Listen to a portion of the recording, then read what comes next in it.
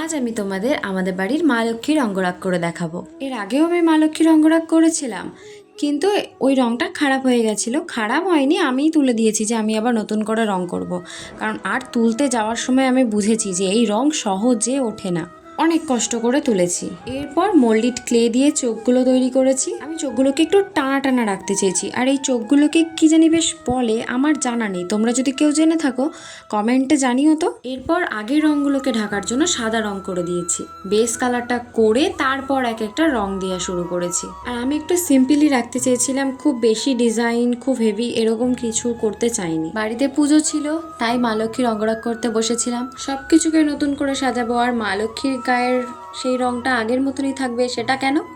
হিন্দু ধর্মে মা লক্ষ্মী হলেন ধন, সম্পদ, সমৃদ্ধি, সৌন্দর্য এবং সৌভাগ্যের দেবী। এইবার দেখো মা লক্ষ্মীর অঙ্গরাগ সম্পূর্ণ হয়ে গেছে।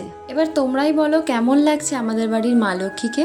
আমি কিছুই না, মা লক্ষ্মী দেবী যেমনটা চান তেমনটাই হয়, তাই উনি যেমনটা চেয়েছেন তেমনটাই আমি করেছি, করিয়ে নিয়েছেন। আমার তো ভীষণ মিষ্টি লাগছে, মুখখানি কি সুন্দর মায়ায় ভরা। তোমরা কি একটা জিনিস লক্ষ্য করলে? আমার ছাদ বাগানের ফুলটাকে কি তোমরা লক্ষ্য করেছো? এবার তোমরা ঝটপট কমেন্টে বলে যাও তো কেমন হয়েছে মা লক্ষ্মীর অঙ্গরাগ করার কাজটা, কেমন লাগছে আমাদের বাড়ির মা লক্ষ্মীকে। আজ তাহলে আসি, দেখা হচ্ছে পরবর্তী ভিডিওতে।